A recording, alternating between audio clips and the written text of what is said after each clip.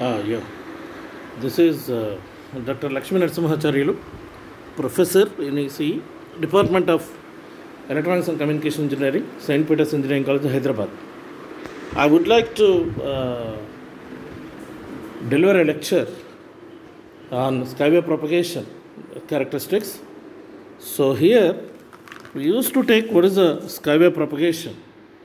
The skywave propagation is operated under the frequency of the skywave propagation operated under the frequency of 2 megahertz to the 30 megahertz, and this is a long range propagation. We should go for the skywave. So here the formation of ionosphere is very important in this propagation. So here the cosmic rays is released from the sun and it is fall down on in the different layers, like we have generally the ionospheric layer, it is the medium, and the top layer is the stratospheric layer, and the very near to the ground the tropospheric layer. So here the ionization is forming more in ionospheric layer because the cosmic rays are radiated by the sun, which is falling on the what we call the topmost orbit, and then topmost orbit the atoms are very less compared to the down layers. So here the collision of the cosmic layer and the atoms are very less in the top layer. So therefore the less ionization is forming and less density of the atoms is there here. So now the cosmic rays is come down towards the ionosphere. Ionosphere have the maximum ionization is forming in this ionosphere layer, and due to that it forms the inversion layer also. So it will applicable for a lot of applications. If you are coming to the third layer, the down layer, the very low frequency. So here at this moment very less cosmic rays fall on this layer, but it have the maximum atoms is there. But here also less collision is collide is forming. So ionization will be very less and lower layer also. So therefore by observing of this ionization on the skywave propagation, the maximum it was happen in ionospheric layer itself only.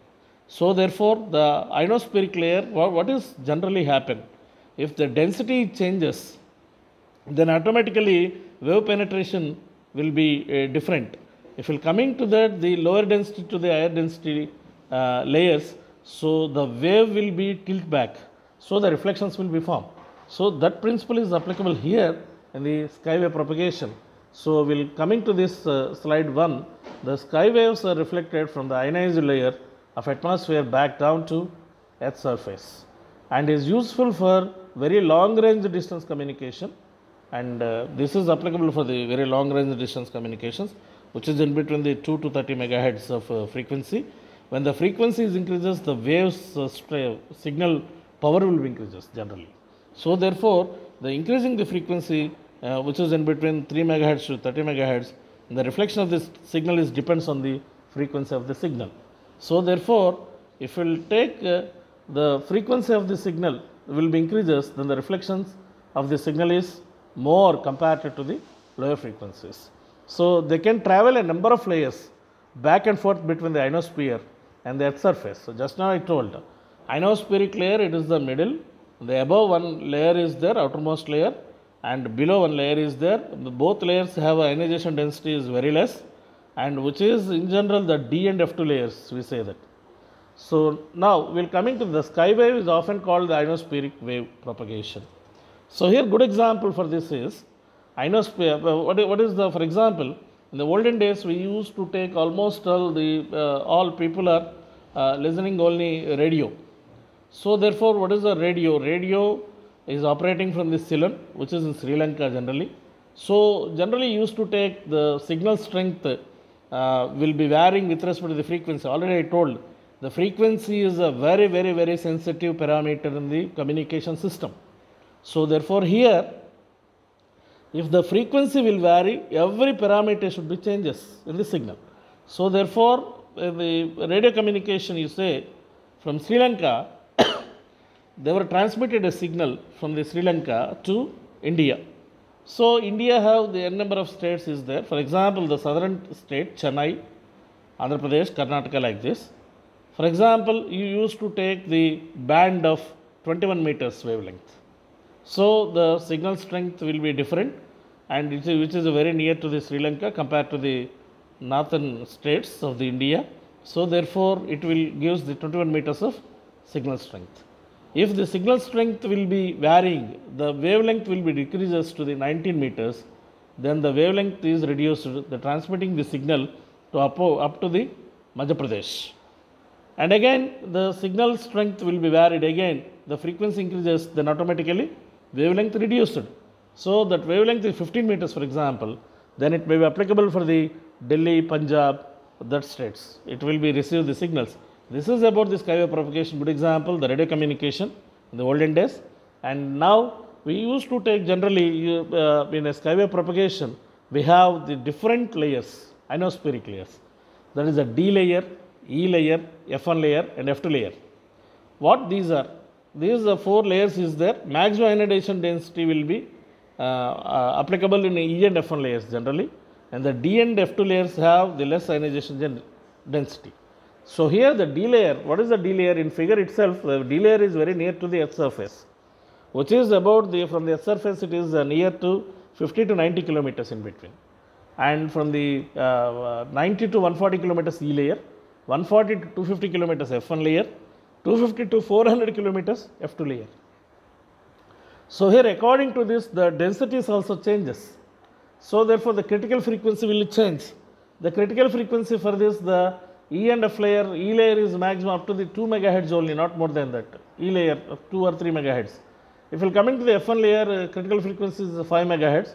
F2 layer critical frequency is 8 megahertz at the daytime, and at night time it will be varies up to the 6 megahertz frequency. So this is about the D, E, F1 and F2 layers.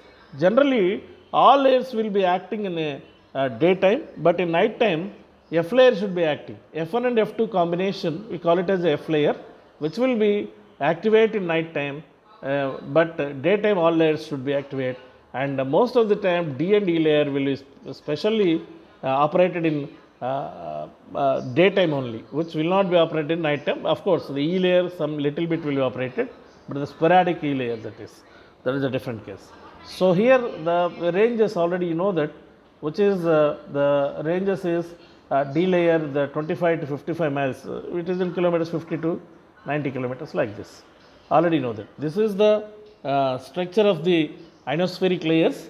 So here the ionospheric layers, the maximum ionization density will be forming in E and F1 layers. So at the topmost and the lowermost layer, F2 and D layer have the less ionization density, and here the frequency and angle of propagation should be control the range. If the frequency increases, then what happened? If the angle of wave decreases or increases, what happened? So therefore these two are very important to control the range of the signal. So that is the ionospheric layers and skywave propagation. Now we will come into this, the critical frequency. What is the critical frequency?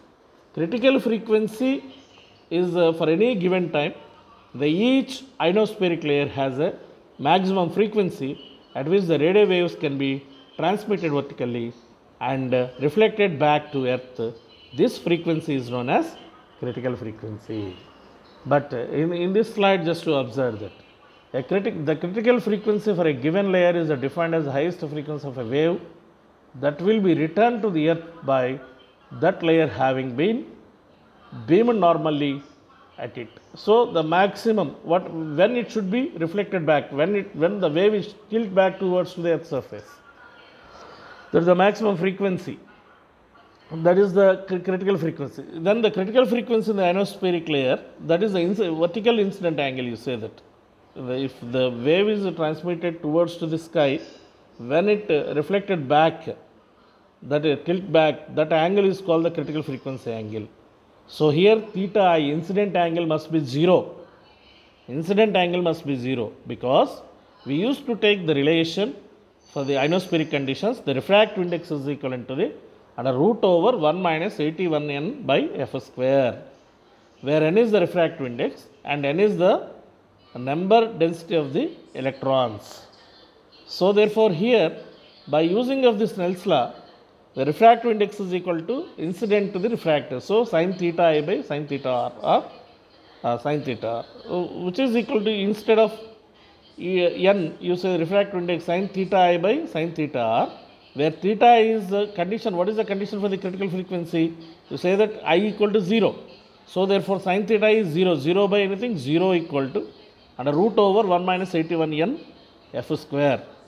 And you have to squaring on both sides, then you will get the critical frequency relation will come. So sin 0 by sin theta equivalent to the under root over 1 minus 81n by f square. So that is equivalent to the 81n by fc square equal to 1. Therefore fc square equal to 81n. So therefore fc equal to 9 root n. So here on slide, just to observe that fc equal to under root over 81n max, where n is the maximum ionization density, which is the number of electrons per unit volume. This is about the critical frequency. Now we are coming to the maximum usable frequency. So before that, what is the critical frequency in a different layers? We'll observe that the critical frequency will be varying with respect to the layers. If we are coming to the D layer, that is the critical frequency is 100 kilohertz. And we will coming to the E layer, the critical frequency is 3 to 5 megahertz. In the F1 layer, critical frequency is 5 to 7 megahertz. For the F2 layer, critical frequency is 10 megahertz. So this is the ionospheric propagation have different critical frequencies with respect to the layers like this. So that means what happened generally used to take the critical frequencies completely depends on the number of electrons per unit volume, that is the maximum ionization density. So now we will coming to the maximum usable frequency. What is the maximum usable frequency? It is in a skywave propagation. The maximum usable frequency is defined as the highest frequency that can be used for skywave communication between the 2 points on Earth. Right? So you used to take here, one definition is there here. Maximum usable frequency is defined as the highest frequency at which it is reflected by the ionosphere layer, the angle of incident other than the normal incident. So therefore here, how much angle is there? Maximum from the transmitting to the receiving antenna. So here we keeps on increasing the frequency to get a maximum level which will receives the signal at the receiver. That is the we'll coming to this, the relation of the refractive index to this is sin theta I by sin theta r equal to n, already know that. So which is equal to the critical frequency relation. So under root over 1 minus 81n by f square, where incident angle is available here, it's not equal to 0, and the maximum reflection angle is 90 degrees. So used to take the sin theta r is 90, so sin 90 equal to 1. So therefore sin theta I by sin 90 equal to under root over 1 minus 81n by f square. So now we used to take generally sin theta I is equal to under root over 1 minus 81n by f square. What is 81n? Already know that fc square from the above relation.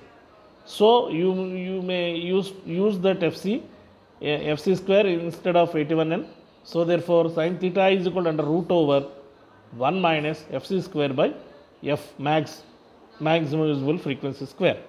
So now sin theta is equal to under root over 1 minus fc square by f.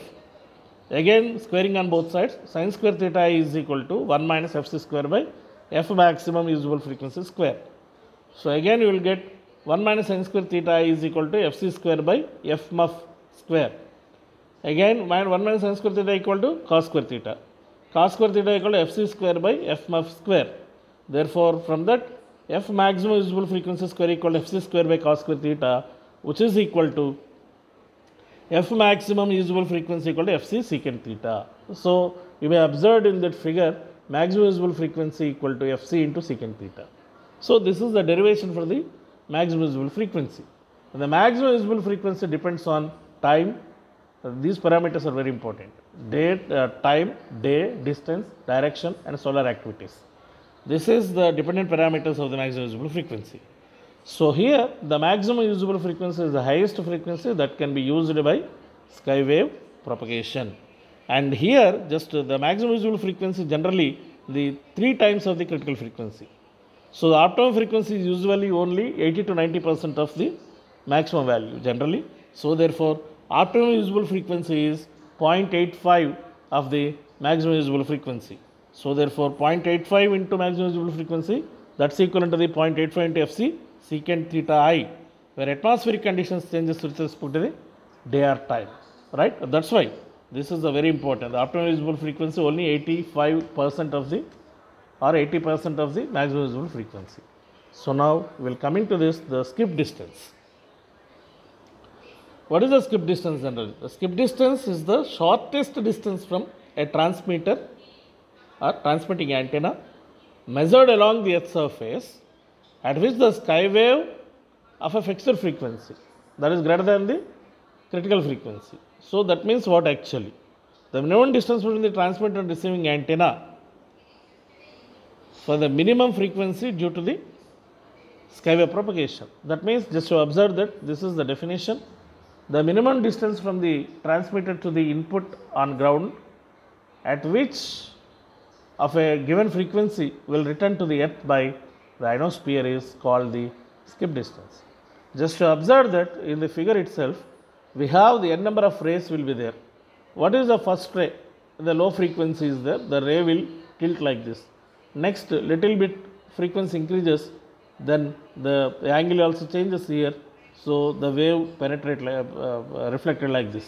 If we are coming to that, the frequency or the angle will be increases, then automatically the distance will be reduced. Third one, second distance is less than first distance, third distance is less than second distance, and now the fourth ray which is applied, the maximum frequency increases, then it will not be reflected back, it is penetrated towards the space wave, and the fifth ray also same.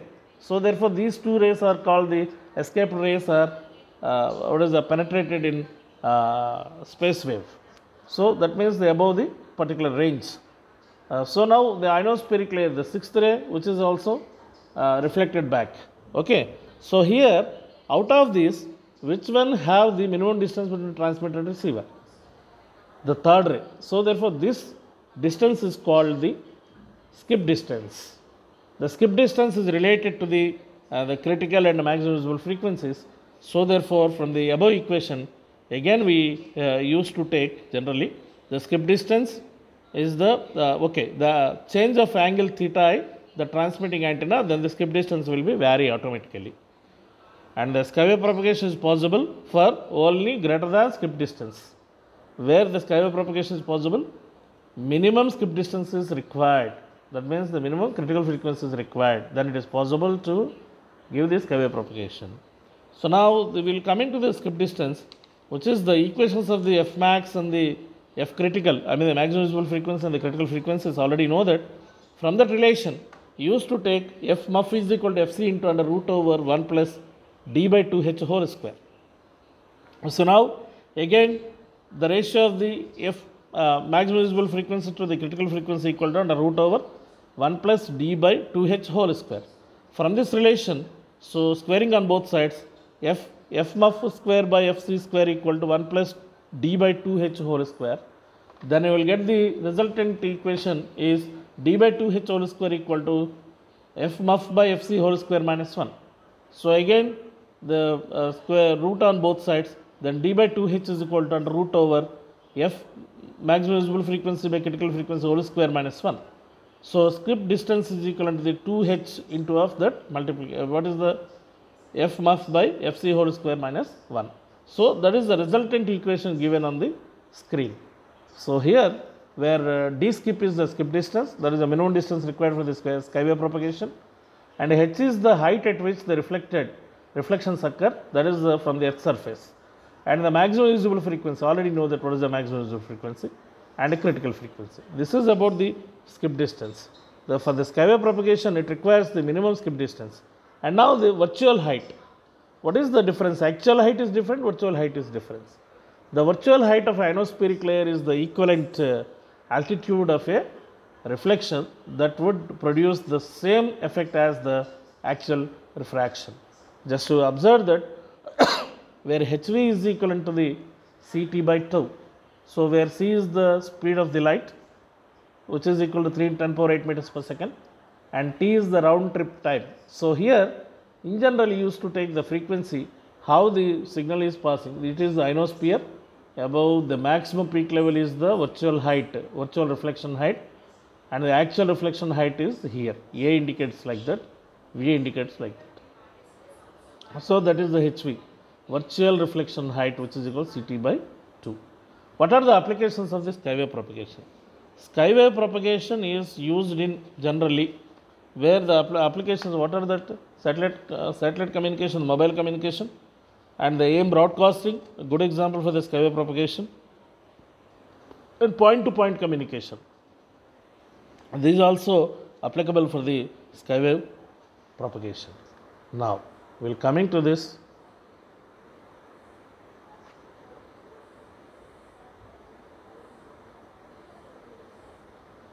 Fading.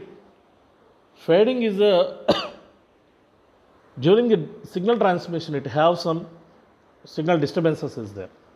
So, therefore, the fading is defined as the fluctuations in the received signal strength at the receiver or a random variation in the received signal. For example, you have to transmit a signal from the transmitter to the receiver.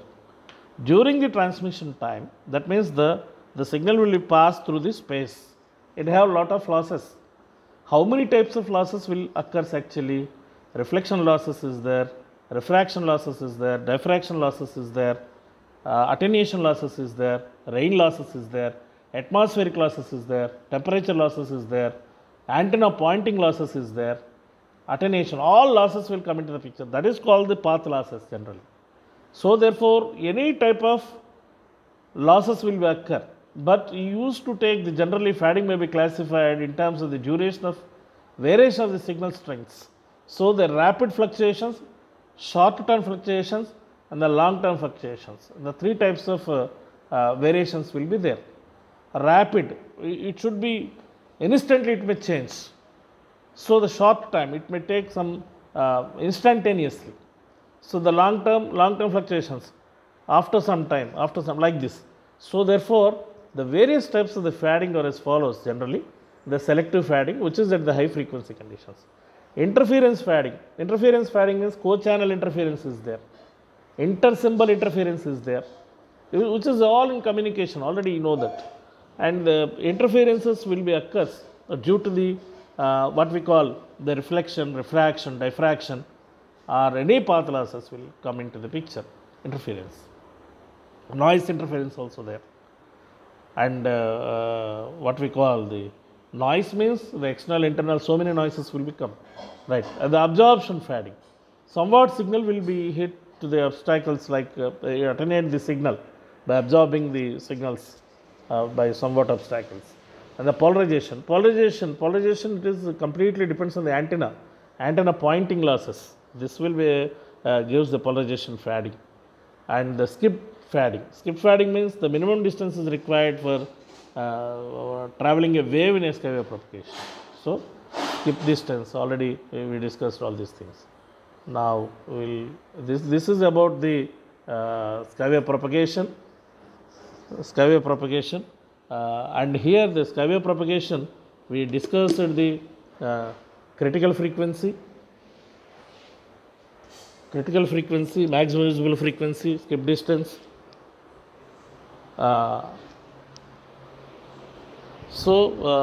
Thank you for this watching this video, and we'll continue the other videos.